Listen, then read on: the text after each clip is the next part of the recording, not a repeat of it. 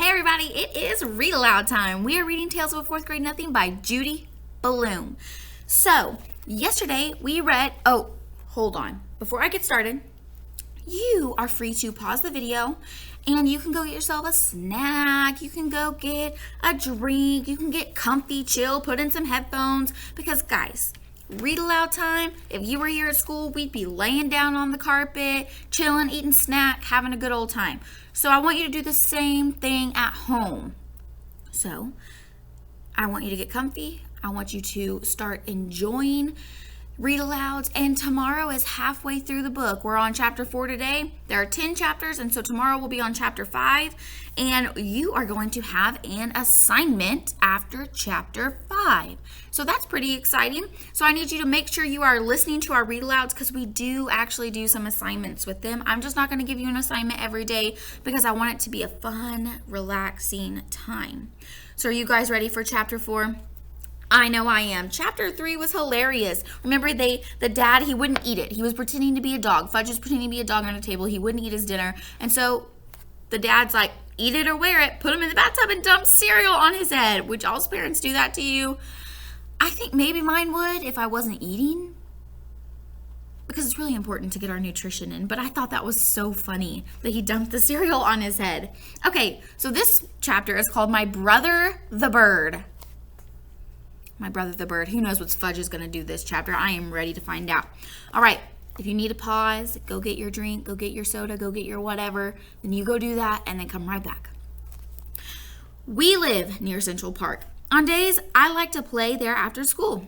Or on nice days, I like to play there after school. I'm allowed to walk over by myself as long as I'm going to be with friends. My mother doesn't want me hanging around the park alone. For one thing, Jimmy Fargo has been mugged 3 times. Twice for his bicycle and once for his money. Only he didn't have any to give the muggers. I've never been mugged, but sooner or later I probably will be. My father's told me what to do. Give the muggers whatever they want and try not to get hit on the head. Sometimes, after you're mugged, you get to go to police headquarters. You look at a bunch of pictures of crooks to see if you can recognize the guys that mugged you. I think it would be neat to look at all those pictures. It's not that I want to get mugged because that could be really scary. It's just that Jimmy Fargo's always talking about his visit to police headquarters. My father got mugged once in a subway by 2 girls and a guy. They took his wallet and his briefcase. He still travels around by subways, but my mother doesn't. She sticks to buses and taxis. Both my mother and my father are always warning me never to talk to strangers in the park because a lot of people hang around there. We live on the west side of the park. If I want to get to the zoo and the pony carts, I have to walk all the way through to the east side. Sometimes my mother walks across the park with Fudge. He likes the animals a lot, especially the monkeys. He also likes the helium-filled balloons, but as soon as my mother buys him one, he lets it go. I think he likes to see it float up in the sky. My mother says that's a waste of money and she's not going to buy him any more balloons until he promises not to let go. On Sundays, the park is closed to traffic and you can ride your bicycle all over without worrying about being run down by some crazy driver.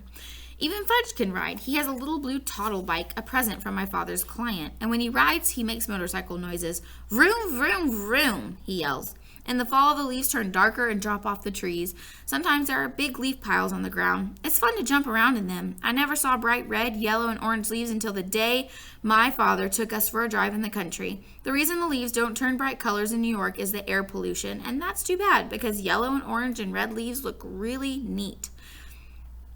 One nice sunny afternoon, I called for Jimmy Fargo when we went to the park. Jimmy is the only kid on my block who's in my class at school, unless you count Sheila, and I don't. She lives in my building on the 10th floor. Henry, the elevator operator, is always making jokes about me and Sheila. He thinks we like each other. The truth is, I can't stand her. She's a real know-it-all, but I've discovered that most girls are. Did y'all just hear that?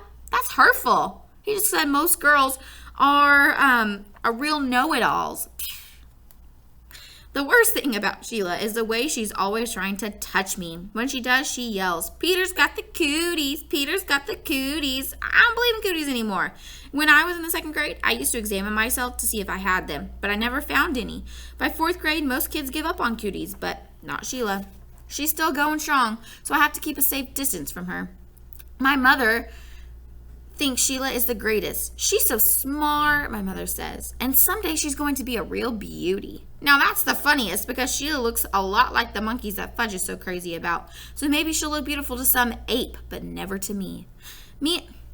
That was mean. That was really, really mean. Ugh. Me and Jimmy have this special group of rocks where we like to play when we're in the park. We play secret agent up there. Jimmy can imitate all kinds of foreign accents, probably because his father's a part-time actor. When he's not acting, he teaches a class at City College. Today, when we got to our rocks, who should be perched up there but Sheila? She was pretending to read a book, but I think she was just waiting for me and Jimmy to find out what we'd do when we found her on our own personal rocks. Hey, Sheila, I said. Those are our rocks. Says who? She asked. Come on, Sheila, Jimmy said, climbing up. You know me and Peter hang out there. Too bad for you, Sheila said. Oh, Sheila, I shouted. Go and find yourself another rock. I like this one, she said, as if she owned the park. So why don't you two go find another rock? Just then, who should come tearing down the path but Fudge. My mother was right behind him, hollering, Fudgy, wait for Mommy. But when Fudge gets going, he doesn't wait for anybody. He was after some pigeons. Birdie, here, Birdie, he called. That brother of mine loves birds, but he can't get it through his head that the birds aren't about to let him catch them. Hi, Mom, I said. My mother stopped running. Peter, am I glad to see you? I can't keep up with Fudge.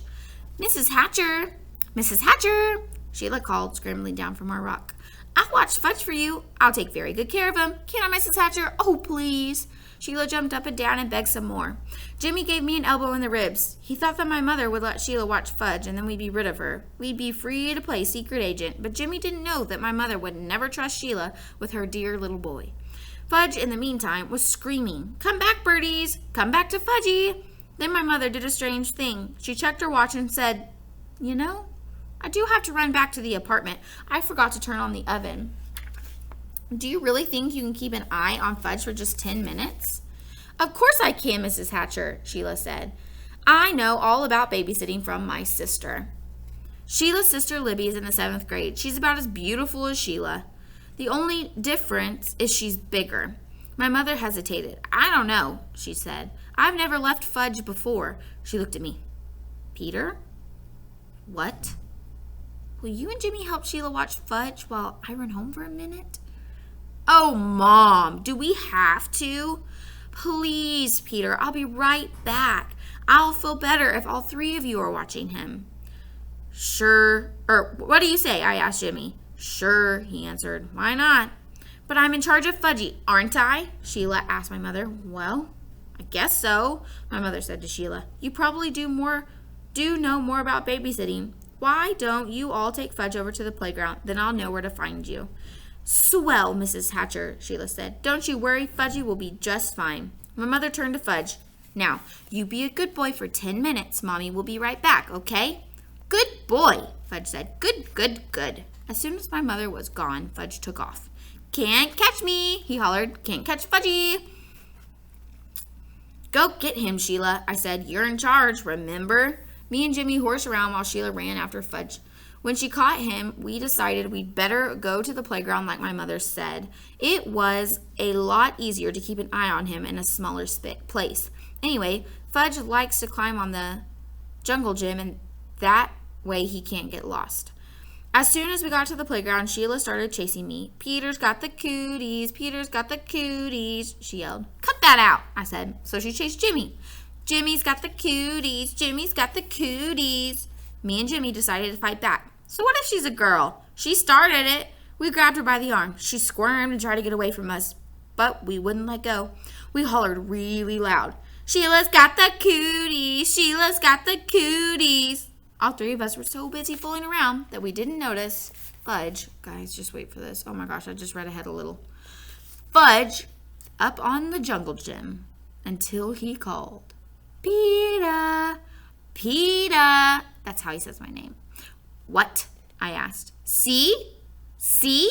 Fudge flapped his arms around. Fudgy's a birdie. Fudgy's a birdie. Fly, birdie, fly. That crazy kid? I thought, running to the jungle gym with Jimmy and Sheila right behind me. But it was too late. Fudge already found out he didn't have wings. He fell to the ground. He was screaming and crying. His face was a mess of blood. I couldn't even tell where the blood was coming from at first. Then Jimmy handed me his handkerchief. I don't know how to clean it. But it was better than nothing. I mopped some blood off Fudge's face. Sheila cried, It wasn't my fault. Honest, it wasn't. Oh, shut up, I told her. He's really a mess, Jimmy said, inspecting Fudge, and his teeth are gone, too.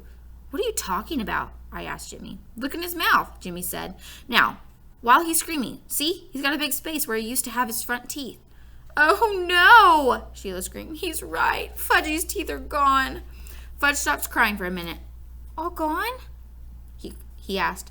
Open your mouth wide, I said. He did, and I looked in. It was true. His top 2 front teeth were missing. My mother's going to kill you, Sheila, I said. Was I glad I wasn't left in charge of my brother? Sheila cried louder. But it was an accident. He did it himself. Himself. You better find his teeth, I said. Where should I look? Sheila asked. On the ground. Sheila crawled around looking for Fudge's teeth while I tried to clean him up some more. See? Fudge said, showing me all his wounds. Boo-boo here and here. More boo-boo here. His knees and elbows were all scraped up. I'm going to get your mother, Jimmy hollered, running out of the playground. Good idea, I called. I just can't find them, Sheila said. Well, keep looking, I yelled. Honestly, Peter, there aren't any teeth here. All gone? Fudge asked again. Not all, I told him, just 2. Fudge started to scream, Want my teeth, want my teeth. Jimmy must have met my mother on her way back to the park because it only took 2 minutes for her to get there. By that time, a whole crowd of kids had gathered around us. Most of them were crawling on the ground like Sheila, looking for Fudge's teeth. My mother picked up Fudge. Oh, my baby, my precious, my little love. She kissed him all over. Show Mommy where it hurts. Fudge showed her all his boo-boos, and then he said, All gone. What's all gone? My mother asked. His top 2 front teeth, I said. Oh, no, my mother cried. Oh, my poor little angel.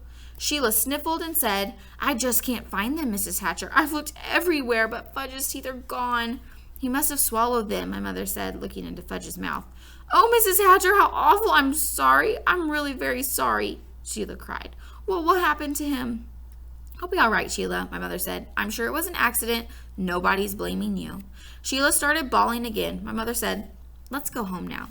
I thought my mother was being pretty easy on Sheila. After all, she was left in charge. When we got home, Mom washed Fudge's cuts and scrapes with peroxide. Then she called Mr. Cone, and he told her to take Fudge to our dentist. So my mother called Dr. Brown's office and made an appointment for the next day. When that was done, she gave Fudge some socks to play with. I went to the kitchen to have a glass of juice. My mother followed me. Peter Warren Hatcher, she said. I'm sorry I can't trust you for just 10 minutes. Me? I asked. Trust me? What's this got to do with me? My mother raised her voice. I left your brother with you for 10 minutes and just look at what happened. I'm disgusted with you. It was Sheila's fault, I said. You said Sheila was in charge, so how come you're mad at me and not at Sheila?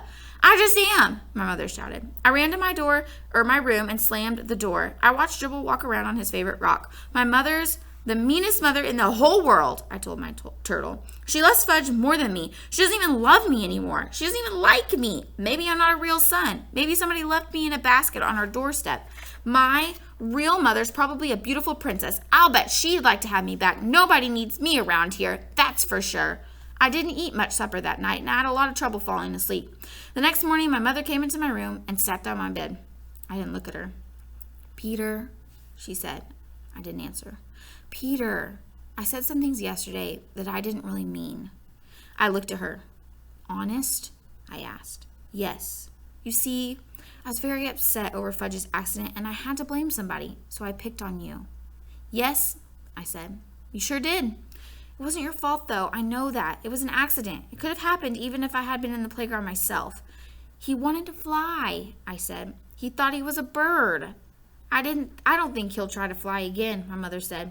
Me neither, I told her. Then we both laughed, and I knew she was my real mother after all. All right, guys, so that was chapter 4. Tomorrow we'll read chapter 5. It's called The Birthday Bash. I hope that you had fun. If you need a brain break, just take a brain break. Take your breaks, eat your lunch, have a great and fantastic day. Get on Zoom if you need me. Bye.